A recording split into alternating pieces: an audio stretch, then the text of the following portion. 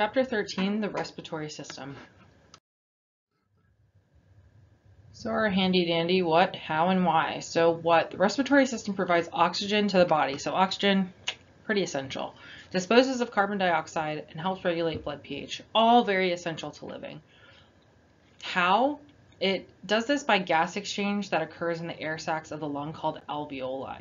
And capillary beds around the body, which we've learned capillary beds, they're single layer, tunica intima, very permeable. Why? Without oxygen, cells will eventually die. Too much carbon dioxide in the blood will cause blood pH to become acidic, which then will further interfere with cellular function.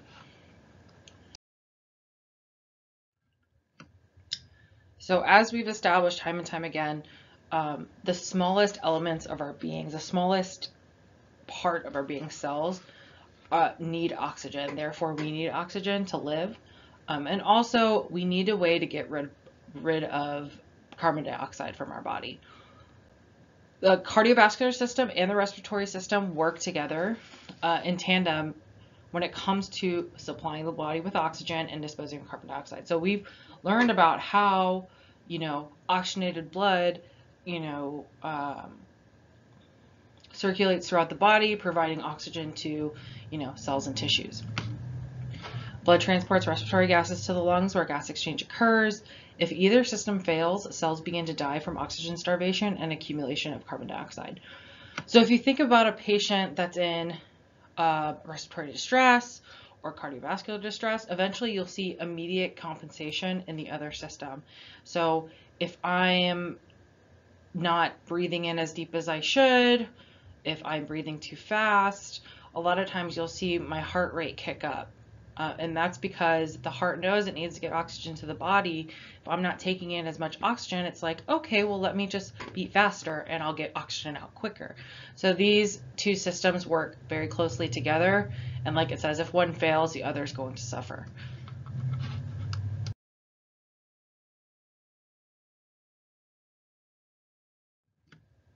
Now let's just take a look at some of the anatomy of the respiratory system.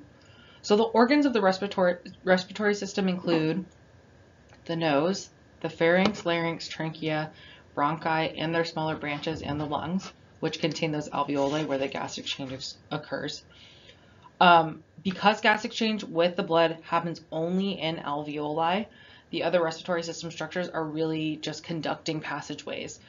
So they just carry the air to where it needs to go for gas exchange to occur. You cannot see the alveoli on this photo, but you will see them further on in the lecture.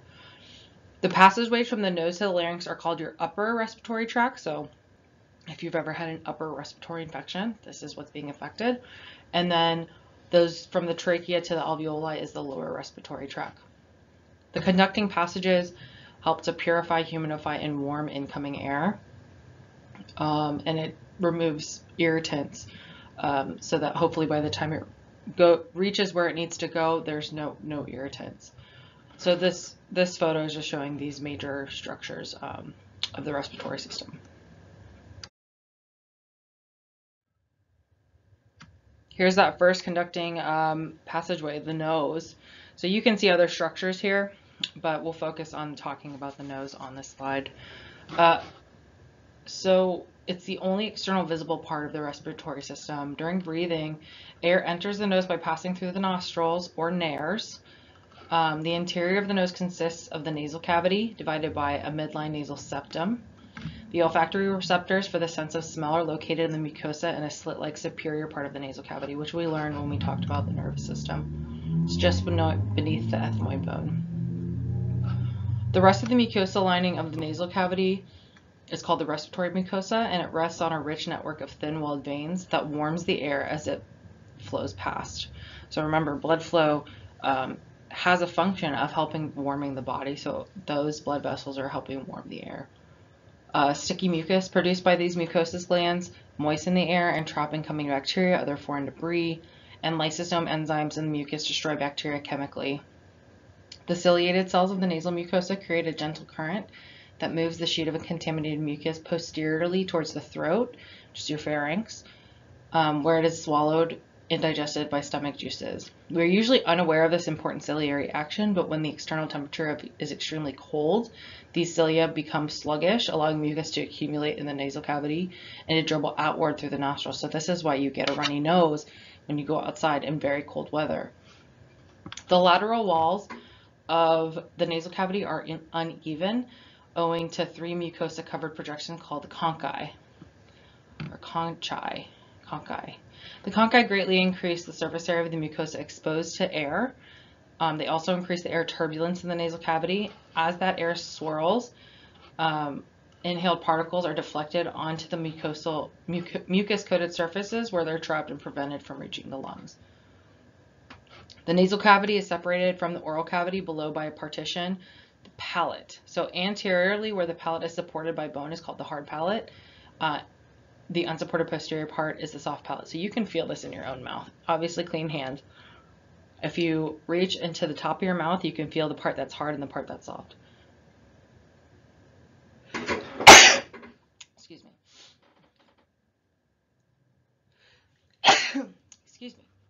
The nasal cavity is surrounded by a ring of perinasal sinuses, paranasal, so around, located in the frontal, sphenoid, ethmoid, and maxillary bones.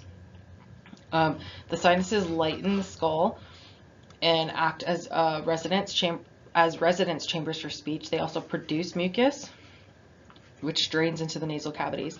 So residence chambers for speech, that's why when your sinuses are congested, you sound different.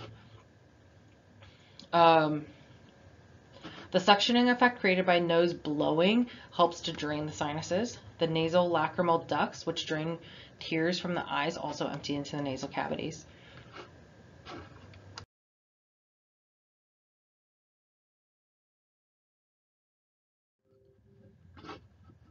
So some homeostatic imbalances. There's a genetic defect called a cleft palate. So this is just a failure of the bones forming the palate to fuse medially. So there's usually there's an open space in the midline of the top of the mouth, resulting in breathing difficulty as well as problems in oral cavity function, such as breastfeeding and speaking. So it's usually identified pretty quickly because a baby will have issues eating. Also, cold viruses and various allergens can cause rhinitis, which is just inflammation of the nasal mucosa. The excessive mucus produced results in nasal congestion, postnasal drip, which then a lot of times causes sore throat. Because the nasal mucosa is continuous throughout the respiratory tract and extends tentacle-like into the nasal lacrimal tear ducts and paranasal sinuses, nasal cavity infections often spread to those regions as well. So everything in your face is connected. So if you have an infection in one place, if it's not taken care of, if your body doesn't do what it needs to do, if you don't start medication, it can travel to other places. Then we have sinusitis, which is sinus inflammation. It's difficult to treat and can cause marked changes in voice quality. When the passageways connecting the sinuses to the nasal cavity are blocked with mucus or infectious matter, the air in the sinus cavities is absorbed. The result is a partial vacuum and a sinus headache localized over the inflamed area. So how I would diagnose that is I would listen to their symptoms, but then I start pressing where those sinuses are, and a lot of times people will have profound pain in those areas.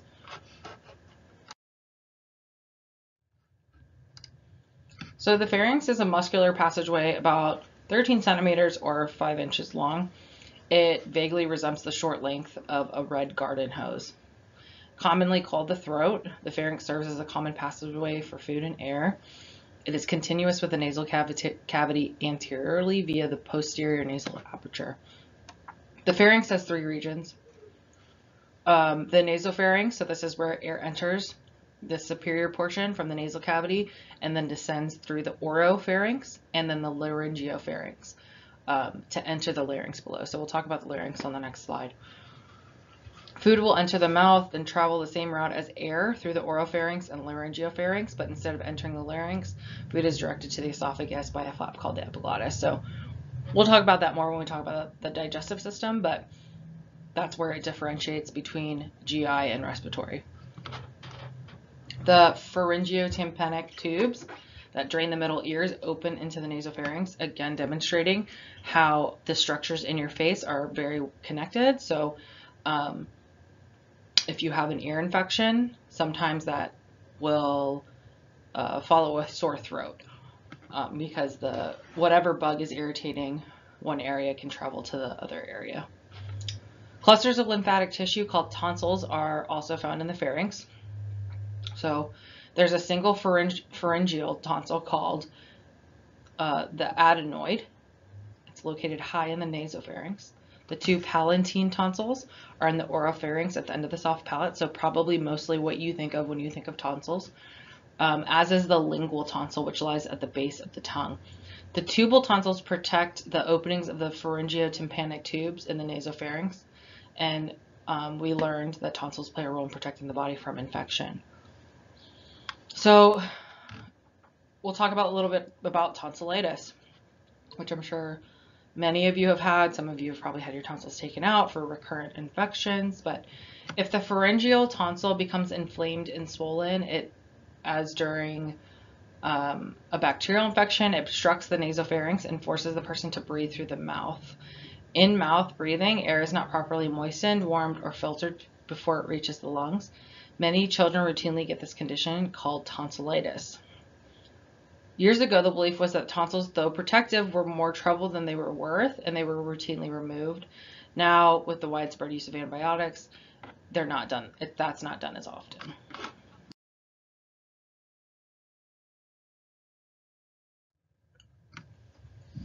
Moving on to the larynx, also known as the voice box. It does route air and food into the proper channel, so we talked about this is where the deviation between respiratory and GI happens. It also plays a role in speech. So located inferior, so below the pharynx, it is formed by 8 rigid hyaline cartilages and a spoon-shaped flap of elastic cartilage called the epiglottis. The largest of the hyaline cartilages is a shield-shaped thyroid cartilage, which protrudes anteriorly and is commonly called the Adam's apple. It's also sometimes referred to as the guardian of the airway because it does have this function of separating food and air.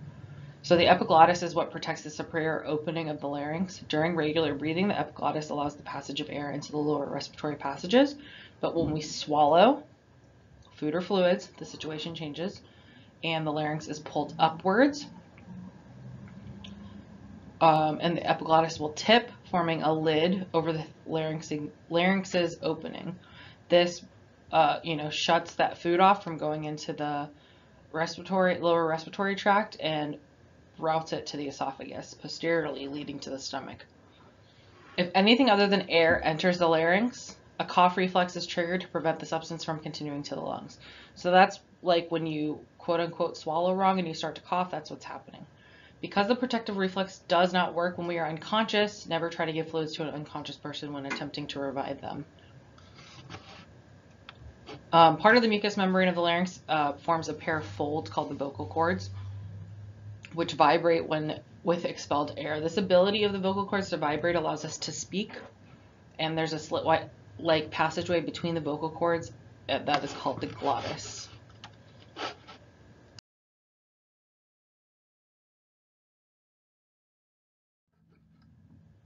So the trachea and the esophagus. I'm going to talk more about the trachea and just use the esophagus as a reference point, as we just spoke about. So air entering the trachea, also known as the windpipe, from the larynx travels down its length about 10 to 12 centimeters or about 4 inches to the level of the 5th thoracic vertebrae, which is approximately mid-chest. Trachea is fairly rigid because its walls are reinforced by C-shaped rings of hyaline cartilage. These rings serve a double purpose. They open parts of the rings abut the esophagus, so the openings face posteriorly, allowing it to expand anteriorly when we swallow a large piece of food. The solid portions support the trachea walls and keep it patent or open in spite of pressure changes that occur during breathing. The trachealis muscle lies next to the esophagus and completes the wall of the trachea posteriorly. So you can kind of see that in this first image, A. So we're looking from, it's a cross section, and we're looking from the top. So you see the trachea anteriorly, that trachealis muscle between the trachea and the esophagus, and that esophagus posteriorly. And you can see what they're talking about. It's like a horseshoe shape of hyaline cartilage.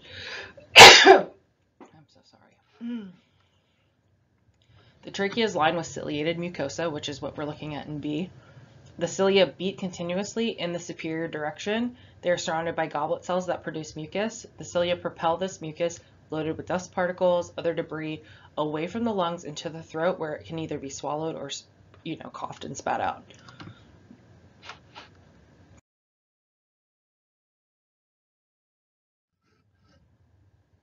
So another homeostatic imbalance pit stop. So I think we've probably all heard of the Heimlich maneuver. This is the procedure in which air in a person's own lungs is used to pop out or expel an obstruction. So usually a piece of food. It's simple to learn, easy to do, but is best learned by demonstration because cracked ribs are a distinct possibility when it is done incorrectly. In some cases of obstructed breathing, an emergency tracheostomy, which is just a surgical opening directly into the trachea, is done to provide an alternative route for air to reach the lungs. Individuals with tracheostomy tubes in place form huge amounts of mucus in the first few days because of that initial irritation of somebody cutting into the trachea. They must be suctioned frequently during that time to prevent mucus from pooling in their lungs. Smoking inhibits and ultimately destroys cilia. So without these cilia, coughing is the only means of preventing mucus from accumulating in the lungs. So smokers with respiratory congestion should avoid medications that inhibit the cough reflex, so nervous system depressants. So that's why people will develop smoker's cough, because this is how they're trying to continually do the job of the cilia to keep gunk out of their lungs.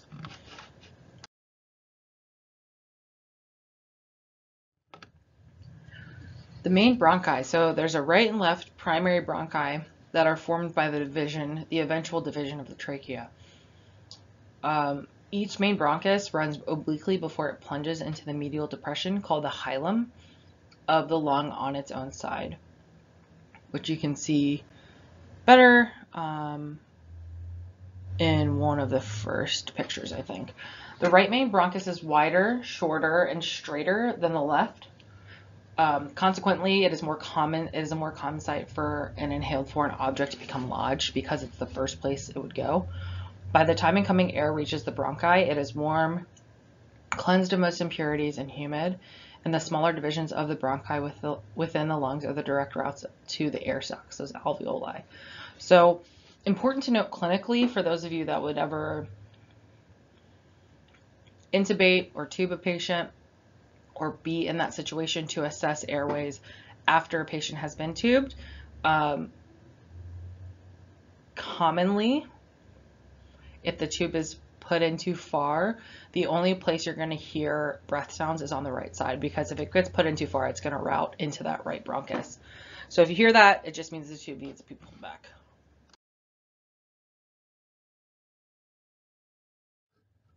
Now let's talk a little bit more about the lungs themselves. So as you can see, the lungs take up pretty much the majority of your chest. They're fairly large. They pretty much occupy everything in that thoracic cavity, except for the most central area, the mediastinum, which houses the heart and the great blood vessels, bronchi, esophagus, and other organs. The narrow superior portion of each lung is called the apex. So we learned that the apex of the heart is actually down and to the left. Apex of the lung is actually at the top. It's just deep to the clavicle, so it's behind your clavicle. The broad lung area resting on the diaphragm is the base. Each lung is divided into lobes.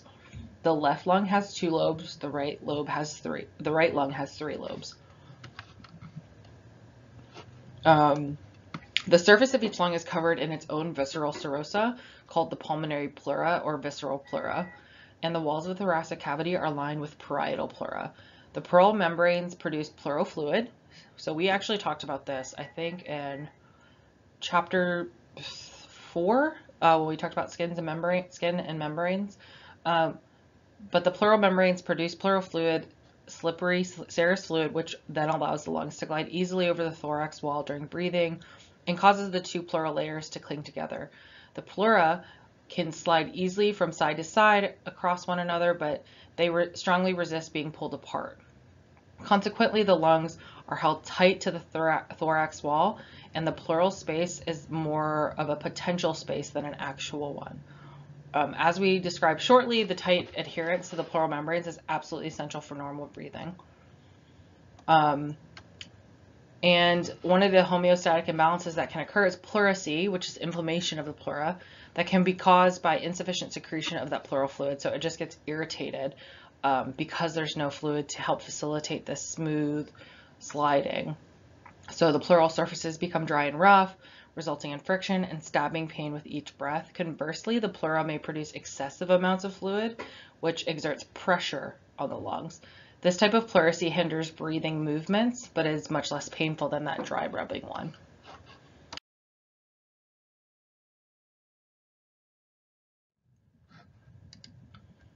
So the bronchial tree.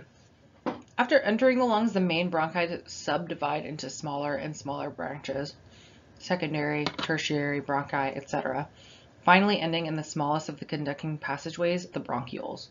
Because of this branching and rebranching of the respiratory passageways within the lungs, the network formed is often referred to as the bronchial or respiratory tree. All but the smallest branches have reinforcing cartilage in their walls.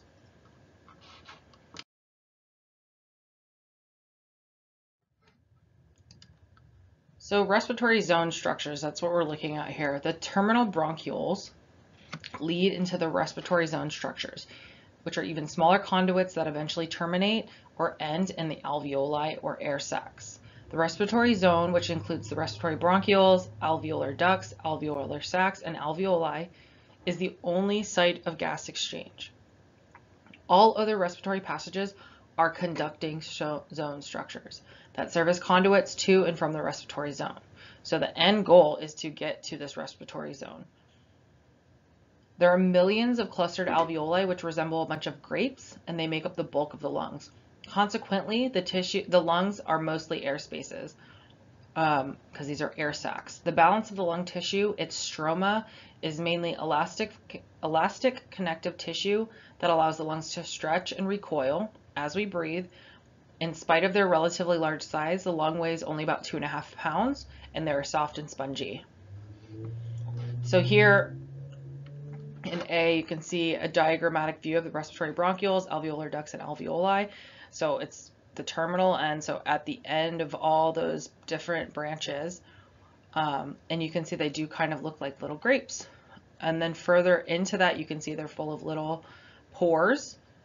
And down in B, you're looking at a light micrograph of a human lung tissue showing final divisions of the respiratory tree.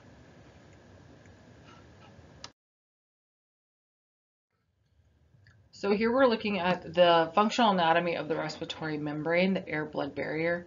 So the walls of the alveoli are composed largely of single thin layer of simple squamous epithelial cells, and the thinness of their walls is hard to imagine, but it's like a sheet of tissue paper. Actually, a sheet of tissue paper is much thicker. Alveolar pores connecting neighboring air sacs provide alternative routes for air to reach alveoli whose feeder bronchioles have been clogged by mucus or otherwise blocked. The external surfaces of the alveoli are covered with a cobweb of pulmonary capillaries. Together, the alveolar and capillary walls, their fused basement membranes, and occasional elastic fibers construct the respiratory membrane or air-blood barrier. The respiratory membrane has gas, air, flowing past on one side and blood flowing past on the other. Gas exchange occurs by simple diffusion through the respiratory membrane.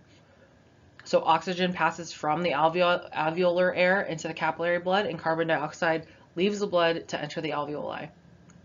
The total gas exchange surface provided by the alveolar walls in a healthy man is estimated to be 50 to 70 square meters, which is crazy, or approximately 40 times greater than the surface area of his own skin. The final line of defense of the respiratory system is in the alveoli.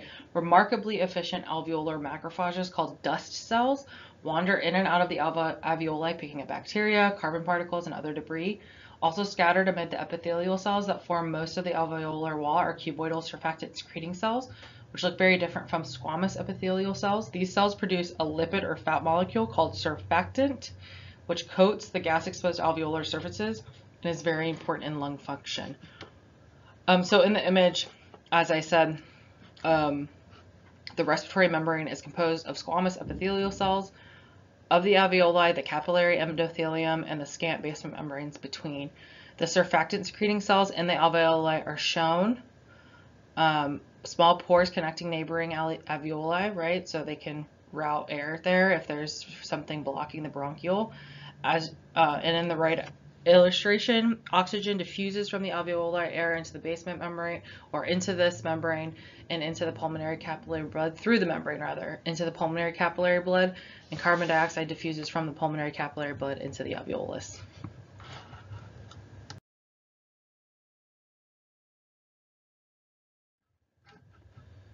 Respiratory physiology. So the major function of the respiratory system is to supply the body with oxygen and to dispose of carbon dioxide. So in order to do this, respiration occurs. So collectively, these four events listed are respiration. Number one, pulmonary ventilation. So air must move into and out of the lungs so that the gases in the alveoli of the lungs are continuously refreshed. This process of pulmonary ventilation is commonly called breathing. External respiration. So gas exchange, oxygen loading, and carbon dioxide unloading between the pulmonary blood and the alveoli must take place. Remember that in external respiration, gas exchanges are being made between the blood and the body exterior. Respiratory gas transport. Oxygen and carbon dioxide must be transported to and from the lungs and tissue cells of the body via the bloodstream. And internal respiration. At systemic capillaries, gas exchange occurs between the blood and the cells inside the body. This time, oxygen is unloaded from the blood and CO2 is loaded. Although only the first two processes are special responsibility of the respiratory system, all four processes are necessary for gas exchange. So you can see where cardiovascular involvement is happening too. Note that cellular respiration, the use of oxygen to produce ATP and carbon dioxide, is the cornerstone of all energy-producing chemical reactions and occurs in nearly all cells.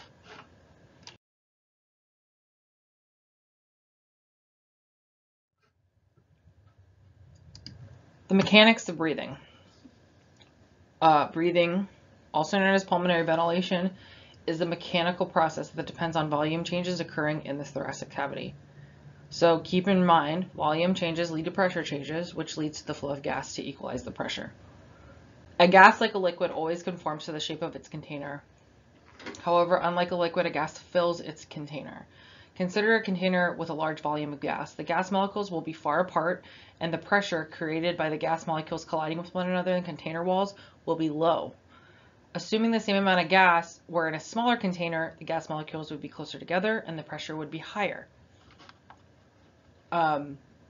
So when the inspiratory muscles, the diaphragm and external intercostals, contract, the size of the thoracic cavity increases. So take a deep breath. As the dome-shaped diaphragm contracts inferiorly, so down, the superior-inferior dimension, height of the thoracic cavity increases. Contraction of the external intercostals lifts the rib cage and thrusts the sternum forward, which increases the anterior, posterior, and lateral dimensions of the thorax. The lungs adhere tightly to the thorax walls because of the surface tension of the fluid between the pleural membranes, so they are stretched to a new, larger size of the thorax. As intrapulmonary volume, so which is the volume within the lungs, increases, the gases within the lungs spread out to fill that larger space. The resulting decrease in gas pressure in the lungs produces a partial vacuum, which is pressure in the lungs is less than the atmospheric pressure outside, which causes airflow into the lungs, so flows down that pressure gradient. Air continues to move into the lungs until the intrapulmonary pressure equals atmospheric pressure, and that whole series of events is called inspiration. Expiration, or exhalation, in a healthy person is largely a passive process that depends more on the natural elasticity of the lungs than on muscle contraction. As the inspiratory muscles relax and resume their initial resting length, the rib cage descends, the diaphragm relaxes superiorly, so it comes back up, and the lungs will recoil. Thus, both the thoracic and intrapulmonary volumes decrease. As that volume decreases, the gases inside the lungs are forced closer together. Intrapulmonary pressure rises to a point higher than atmospheric pressure. This causes gas to passively flow out to equalize the pressure with the outside. If respiratory passages are narrowed by a spasm, as they would be in something like an asthma attack, or clogged by mucus, expiration becomes an active process. In such cases of forced expiration, the internal intercostal muscles are activated to help depress the rib cage, and the abdominal muscles contract to help force the air from the lungs by squeezing the abdominal organs up towards the diaphragm. Normally, the pressure within the pleural space, the intrapleural pressure, is always negative, meaning it should be lower than the pressure inside the lungs. This is a major factor in preventing lung collapse. If for any reason the intrapleural pressure becomes equal to atmospheric pressure, the lungs immediately recoil and collapse. So it's not good. So you could have kind of followed along in the images here. So the image on the left, the black arrows represent the direction of the diaphragm movement. At the end, so an A, at the end of normal inspiration, chest is expanded laterally, rib cage is elevated, diaphragm is depressed, so pushed down. Lungs are stretched to the larger thoracic volume, causing intrapulmonary pressure to fall and air to flow into the lungs. And then in B, at the end of normal expiration, the chest is depressed, the lateral dimension is reduced, the rib cage is descended, and the diaphragm is elevated and dome-shaped. Lungs recoil to smaller volume, intrapulmonary pressure rises, and air flows out of the lungs. In the second image, we're looking at changes of A, intrapulmonary pressure, and B, airflow during inspiration and expiration.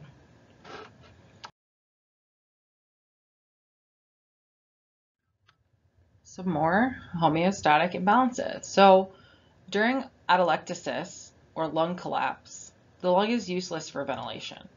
This phenomenon occurs when air enters the pleural space through a chest wound, but it may also result from rupture of visceral pleura, which allows air to enter the pleural space from the respiratory tract. Air in the intrapleural space, which is referred to as a pneumothorax, pushes in on the lung, disrupting the fluid bond between the pleura. So here you're looking at an X-ray of somebody with a collapsed lung. So it's the patient's right lung, which appears on the left side of the X-ray. You can see the lung is not taking up a lot of that thoracic cavity on that side of the body, and all that purple is air in that pleural space. Pneumothorax is reversed by drawing out air out of the intrapleural space with a chest tube, which allows lung to reinflate and resume its normal function. So you can see if one of your lungs or both your lungs couldn't expand, you're going to have a really hard time with gas exchange, be very short of breath and very uncomfortable.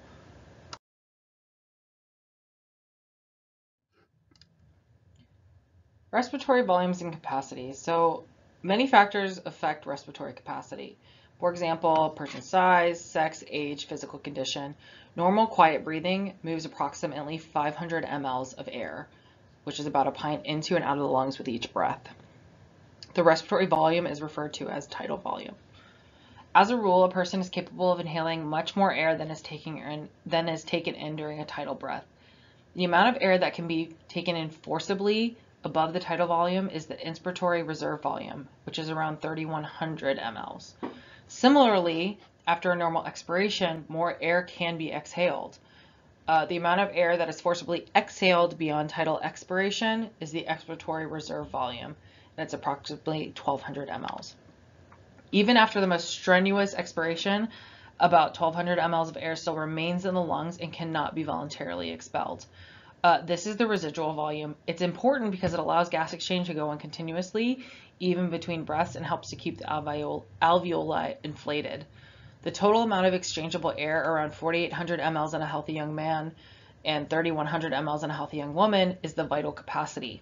The vital capacity is the sum of the tidal volume plus the inspiratory and expiratory reserve volumes. The respiratory volumes of a male are summarized in the chart here on the left. Note that some of the air that enters the respiratory tract remains in the conducting zone passageways and never reaches the alveoli to participate in gas exchange, and this is called dead space volume. During a normal tidal breath, it's about 150 mLs. The functional volume, the air that reaches the respiratory zone and contributes to the gas exchange, is about 350 mLs. Respiratory capacities are measured with a spirometer. As a person breathes, the volumes of air exhaled can be read on an indicator, which shows the changes in air volume inside the apparatus. Spirometer testing is useful in evaluating losses in respiratory function and in following the course of some respiratory diseases. In pneumonia, for example, inspiration is obstructed and the IRV and VC decrease. In emphysema, where expiration is hampered, the ERV is much lower than normal and the residual volume is higher.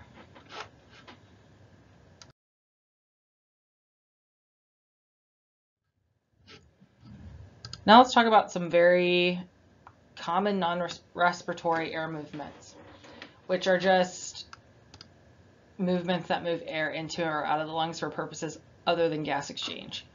So we have a cough, which everybody's cough. We've probably all done each of these things. But a cough, taking a deep breath, closing the glottis, and forcing air superiorly from lungs against the glottis. Then the glottis opens suddenly and a blast of air rushes upward. Cough acts to clear the lower respiratory passages. A sneeze, similar to a cough, except that expelled air is directed through the nasal cavities instead of through the oral cavity. You've heard me sneeze a couple times this lecture. The uvula, a dangling tag of tissue hanging from the soft palate, becomes depressed and closes oral cavity off from the pharynx, routing air through the nasal cavities. Sneezes clear up the upper respiratory passages. Crying, inspiration followed by a release of air and a number of short expirations, primarily emotionally induced. Laughing, essentially same as crying in terms of air movements produced, also an emotionally induced response. Hiccups, sudden inspirations resulting with spasms of the diaphragm initiated by irritation of the diaphragm or the phrenic nerves, which serve the diaphragm. The sound occurs when inspired air hits vocal folds of closed glottis. And a yawn, a very deep inspiration taken with jaws wide open, ventilates all alveoli. Some alveoli may remain collapsed during normal quiet breathing. So it's just a huge inspiration that opens everything up.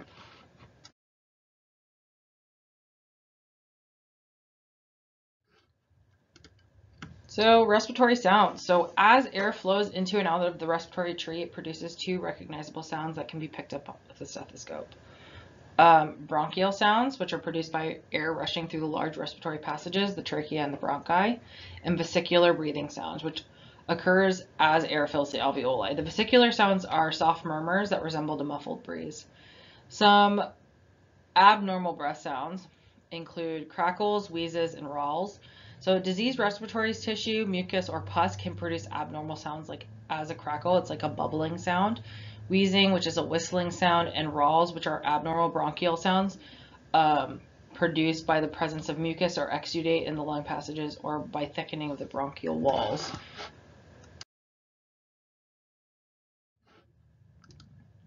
External respiration, gas transport, and internal respiration. So I'll focus more on the first and last one on this slide, and we'll talk more about gas transport on the next slide.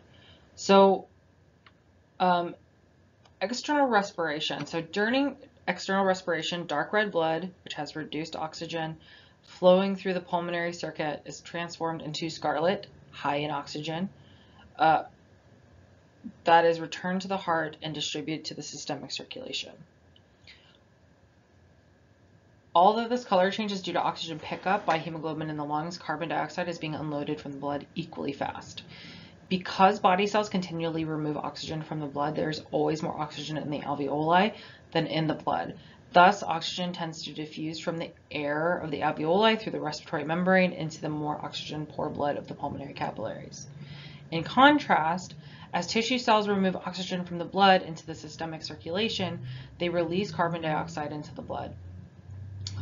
Because the concentration of carbon dioxide is much higher in the pulmonary capillaries than it is in the alveolar air, it will diffuse from that blood into the alveoli and be flushed out of the lungs during expiration. Relatively speaking, blood draining from the lungs into the pulmonary veins is rich in oxygen and poor in carbon dioxide. Internal respiration. The exchange of gases between the blood and cell tissues. It's the opposite of what occurs in the lungs. In this process, oxygen leaves and carbon dioxide enters the blood. In the blood, carbon dioxide combines with water to form carbonic acid, which quickly releases bicarbonate ions. As previously mentioned, most of the conversion of carbon dioxide to bicarbonate ions occur inside the red blood cells, where the special enzyme carbonic anhydrase speeds up its reaction. Then the bicarbonate ions diffuse out into the plasma, where they are transported. At the same time, oxygen is released from hemoglobin and the oxygen diffuses quickly out of the blood to enter the cells. As a result of these exchanges, venous blood in the systemic circulation is much poorer in oxygen and richer in carbon dioxide than the blood leaving the lungs.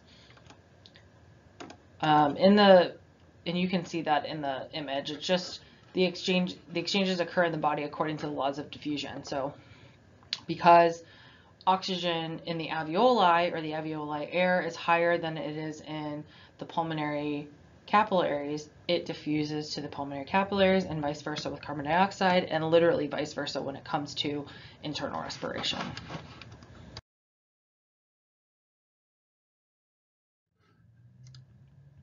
Now let's hone in more on gas transport in blood. So oxygen is transported into the blood in two ways. Most attaches to hemoglobin molecules inside red blood cells to form oxyhemoglobin. A very small amount of oxygen is carried. A very small amount of oxygen is carried dissolved in the plasma. Carbon dioxide is 20 times more soluble in plasma compared to oxygen. So as a result, most carbon dioxide is transported in plasma as that bicarbonate ion. Which plays a very important role when it comes to buffering the blood. Carbon dioxide is enzymatically converted to bicarbonate ion within red blood cells, then the newly formed bicarbonate ions diffuse into the plasma. A smaller amount of transported carbon dioxide, about 20 to 30%, is carried inside the red blood cells bound to hemoglobin. Carbon dioxide binds to hemoglobin at a different site from the oxygen, which we learned when we talked about blood. So it does not interfere with the actual oxygen transport.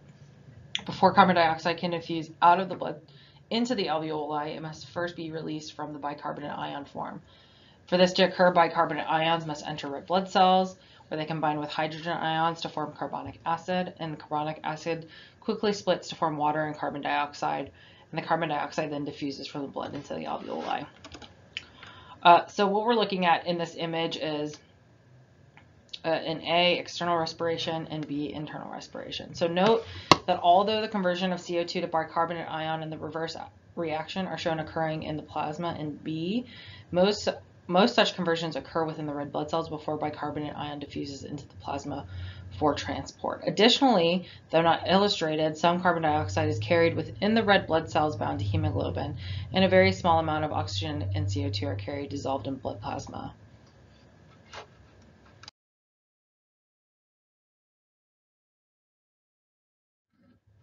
Some homeostatic imbalances. So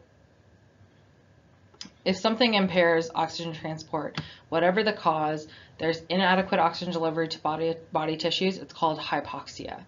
This condition is easy to recognize in light-skinned people because their skin and mucosa take on a bluish color or a bluish cast, and they become cyanotic, or they have cyanosis. In dark-skinned individuals, this color change can be observed only in the mucosa and the nail beds. Hypoxia may be the result of anemia, pulmonary disease, or impaired or blocked circulation. And then we have carbon monoxide poisoning, which is a unique type of hypoxia. It's odorless. Carbon monoxide is an odorless, colorless gas, which is not great, that competes vigorously with oxygen for the same binding sites on hemoglobin. Because hemoglobin binds to carbon monoxide more readily than to oxygen, carbon monoxide is a very successful competitor, so much so that it crowds out or displaces oxygen. This kind of poisoning is a leading cause of death from fire. It is particularly dangerous because it kills its victims softly and quietly. It does not produce characteristic signs of hypoxia. Instead, the victim becomes confused and has a throbbing headache, and in rare cases, the skin becomes cherry red, which is often interpreted as a healthy blush, but people with carbon monoxide poisoning are given 100% oxygen until the carbon monoxide has been cleared from their body. So this will happen quite often, well, at least where I'm from, during hurricane season. If people are using generators and they're using them indoors or inside a more closed space, this can often happen, and they don't even realize that, when they go to sleep, that they're breathing in carbon monoxide instead of oxygen. Control of respiration. So let's first talk about neural regulation. So the activity of the respiratory muscles, the diaphragm, external intercostals, is regulated by nerve impulses transmitted to the brain by the phrenic nerves and the intercostal nerves. Neural centers that control respiratory rhythm and depth are located in the medulla oblongata and the pons. Much remains to be discovered about neuroregulation and breathing, but here's what we do know. The medulla oblongata contains two respiratory centers. The first, the ventral respiratory group, contains both inspiratory and expiratory neurons that alternately send impulses to control the rhythm of breathing. The inspiratory neurons stimulate the diaphragm and the external intercostal muscles via the phrenic and intercostal nerves, respectively, during quiet breathing. Impulses from the expiratory neurons stop the stimulation of the diaphragm and external intercostal muscles, allowing passive exhalation to occur. Impulses from the ventral respiratory group maintain a normal quiet breathing rate of 12 to 15 respirations per minute, a rate called eupnea, E-U-P-N-E-A, just regular breathing. The other medullary center, called the dorsal respiratory group, integrates sensory information from chemoreceptors and peripheral stretch receptors. The dorsal respiratory group communicates this information to the ventral respiratory group to help modify breathing rhythms.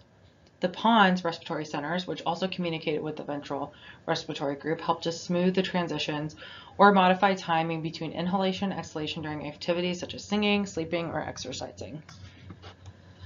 The bronchioles and alveoli have stretch receptors that respond to extreme overinflation by initiating protective reflexes. In this case of overinflation, the vagus nerve sends impulses from the stretch receptors to the medulla oblongata, and soon thereafter inspiration ends and expiration occurs, so we don't overinflate our lungs. This one is an example of the dorsal respiratory group integration during respiratory control. During exercise, we breathe more vigorously and deeply because the brain centers send more impulses to the respiratory muscles. This respiratory pattern is called hyperpnea, which is kind of difficult to pronounce. After strenuous exercise, expiration becomes active and the abdominal muscles and any other muscles capable of depressing the ribs are used to aid expiration. So hyperpnea is just a pattern of breathing faster and deeper during exercise. Then we have non-neural factors. So physical factors such as talking, coughing, exercising.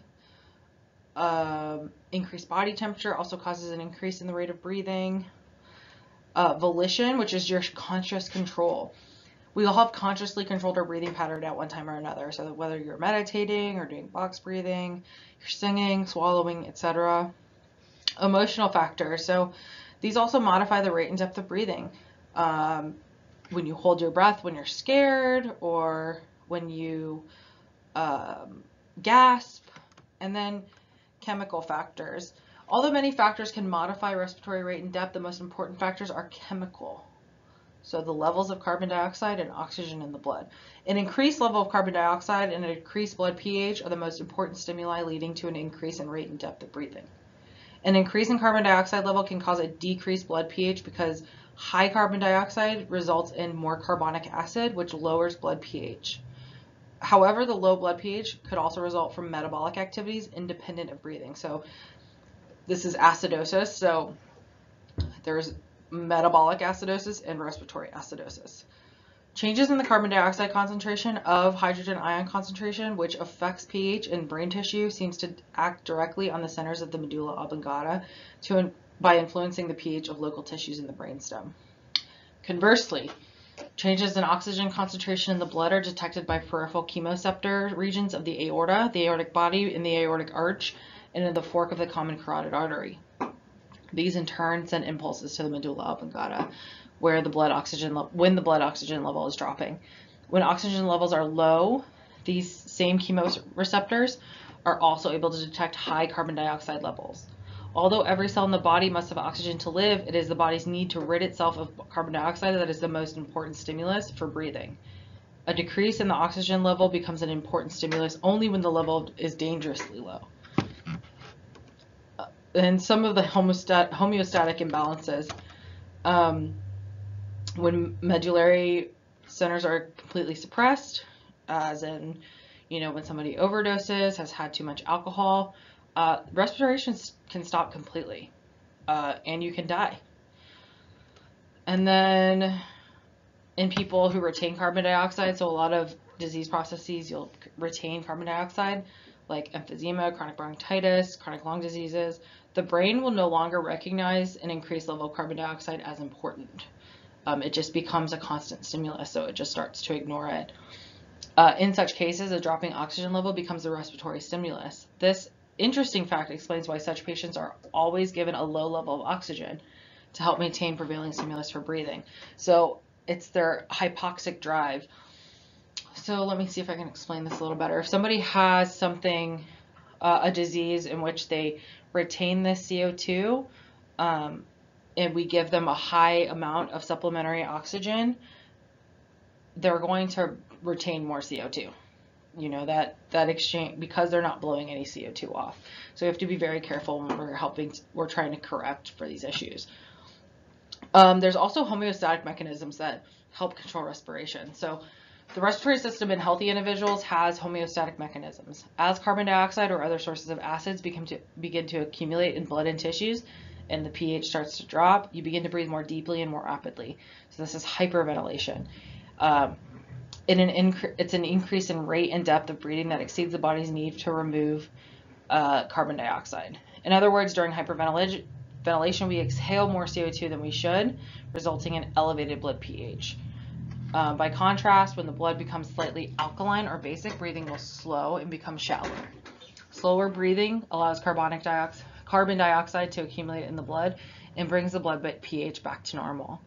Indeed, control of breathing during rest is aimed primarily at regulating hydrogen ion concentration in the brain. Extremely slow or shallow breathing, hypoventilation or hyperventilation, can dramatically change the amount of carbonic acid in the blood. It increases dramatically during hypoventilation and decreases substantially during hyperventilation. In both situations, the buffering ability of the blood is likely to be overwhelmed, and the result will be acidosis or alkalosis.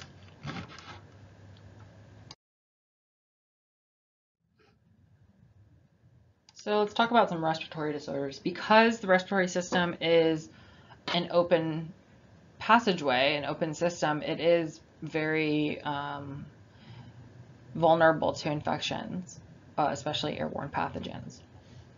But we'll focus on some of the most disabling orders in our population. So the umbrella is COPD, chronic obstructive pulmonary disease. So characterized by chronic bronchitis and emphysema. These diseases have certain features in common. Patient almost always have a history of smoking, and they have dyspnea, so difficulty or labored breathing, and which gets progressively worse. Coughing and frequent pulmonary infections are common, and most COPD victims are hypoxic, retain carbon dioxide, and have respiratory acidosis, and ultimately develop respiratory failure. In chronic bronchitis, the mucosa of the lower respiratory passages becomes severely inflamed and produces excessive mucus. The pooled mucus impairs ventilation and gas exchange and dramatically increases the risk of lung infections, including pneumonias. Chronic bronchitis patients are sometimes called blue bloaters because hypoxia and carbon dioxide retention occur early in disease, and cyanosis is common.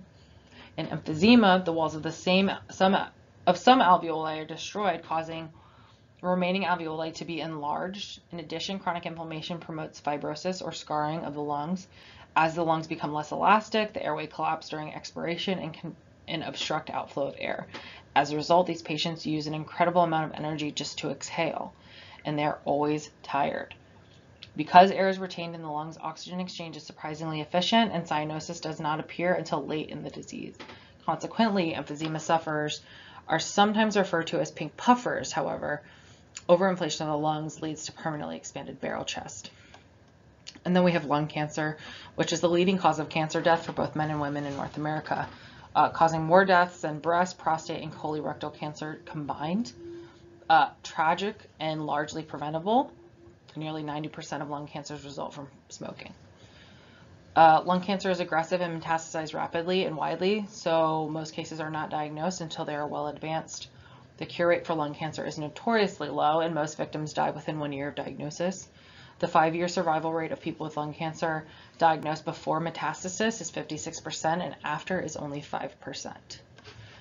So ordinarily, Nasal hair is sticky mucus, and the action of cilia do a fine job of protecting lungs from irritants, but smoking overwhelms these cleansing devices. It just bypasses them.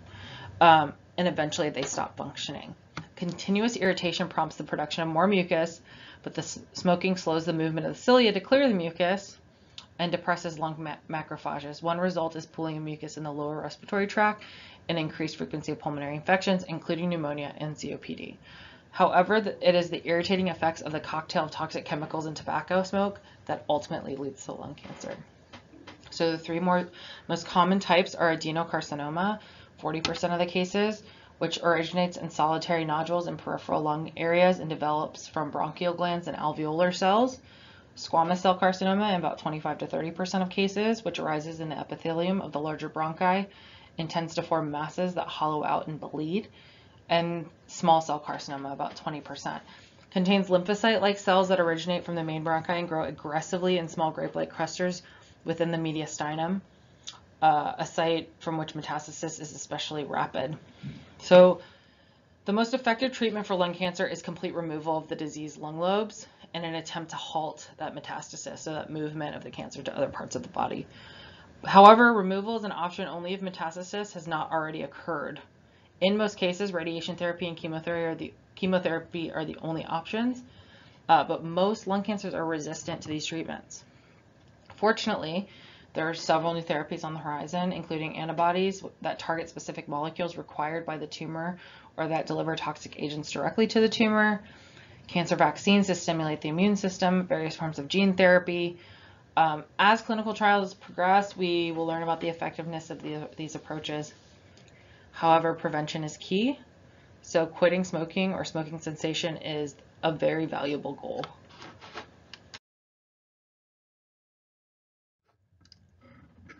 So let's talk about some developmental aspects of the respiratory system. In the fetus, lungs are filled with fluid. We've learned that respiratory exchanges and most of the exchanges happen by the placenta. At birth, a fluid-filled pathway is drained, and the respiratory passages fill with air. The alveoli inflate and begin to function in gas exchange, but the lungs are not fully inflated until about 2 weeks. The success of this change from non-functional to a functional respiratory system depends on the presence of surfactant, so that fatty molecule made by the cuboidal alveolar cells.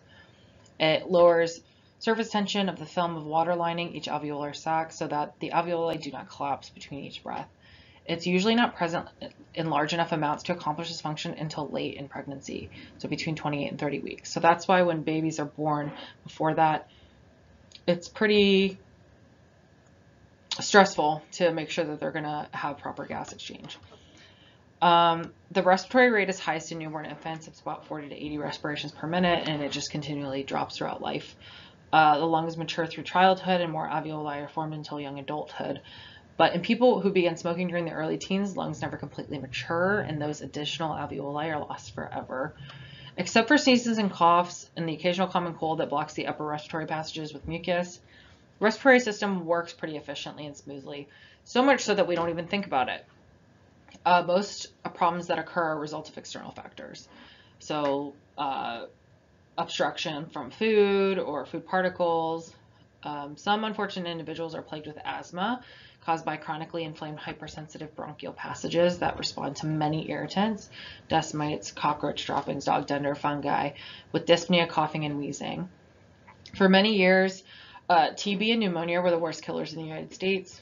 Antibiotics have largely decreased their lethal threat, but they are still dangerous diseases. Newly diagnosed and frequently drug-resistant TB cases in AIDS patients are increasingly by leaps and bounds in the world.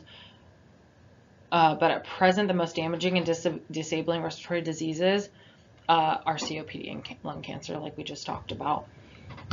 As we age, the chest wall becomes more rigid and the lungs begin to lose their elasticity, resulting in slowly decreasing ability to ventilate the lungs. Vital capacity decreases by about a third by the age of 70. Additionally, the blood oxygen level decreases and sensitivity to stimulating effects of carbon dioxide decreases, particularly in a reclining or supine position.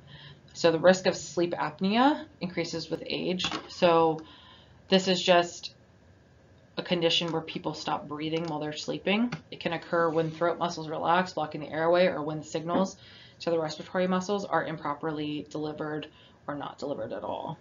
Additionally, many of the respiratory system's protective mechanisms become less efficient with age. Ciliary activity of the mucosa decreases, the phagocytes in the lungs become sluggish, and the net result is the elderly population is more at risk for respiratory tract infections, particularly pneumonia and influenza. Homeostatic imbalances. So, sudden infant death syndrome, SIDS, also called crib death. This is deemed when apparently healthy infants stop breathing and die in their sleep, believed to be a problem with neural control of respiration. In most cases, in infants placed on their tummy to sleep. So, since 1992, the recommendation is to place infants on their back to sleep, which has resulted in a decline of over 60% in SIDS in the United States. So, back to sleep. Then we have infant respiratory distress syndrome. These are in the infants that are born before that 28-week mark, or in whom surfactant production is inadequate. So in many infants born to diabetic mothers. The infants have dyspnea within the few hours of birth and use tremendous amounts of energy just to reinflate their alveoli, which collapse after each breath. Accounts for over 20,000 newborn deaths a year. Many will survive now because of the use of equipment that supplies positive pressure continuously and keeps alveoli open until the maturing lungs produce enough surfactant. Important birth defects of the respiratory system include cleft palate and cystic fibrosis. The most common lethal genetic disease in the United States strikes about 1 out of every 3,500 to 4,000 births. CF causes oversecretion of thick mucus that clogs the respiratory passages and puts the child at risk for fatal respiratory infections.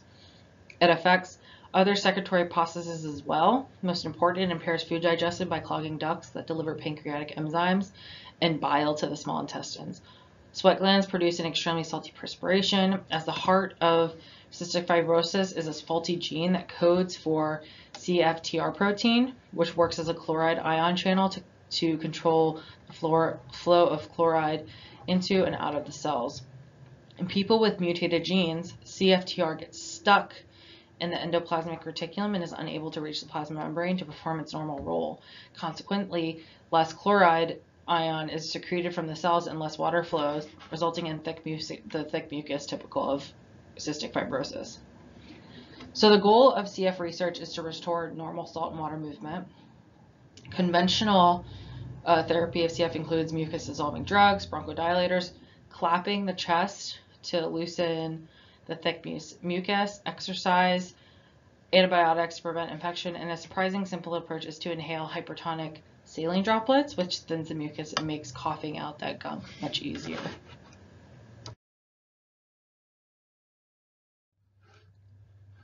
A closer look to clean for our own good. So in 1989, the hygiene hypothesis was proposed to explain an increase in allergies that occur too rapidly to be due to genetic factors. Most recently, the rise in allergies has been attributed to a decrease in natural exposure to foreign antigens, largely due to improved sanitation, more effective medicines, clean food and water, and a shift from rural to urban living.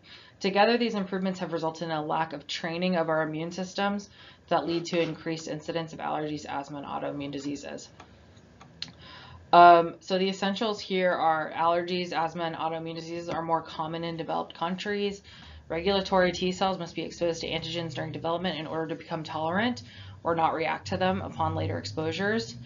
Right, we got to give our immune system time to recognize and build antibodies. According to the hygiene hypothesis, advances in sanitation and healthcare have resulted in less antigen exposure during regulatory T cell training, opening the door for allergy and autoimmune disease later in life.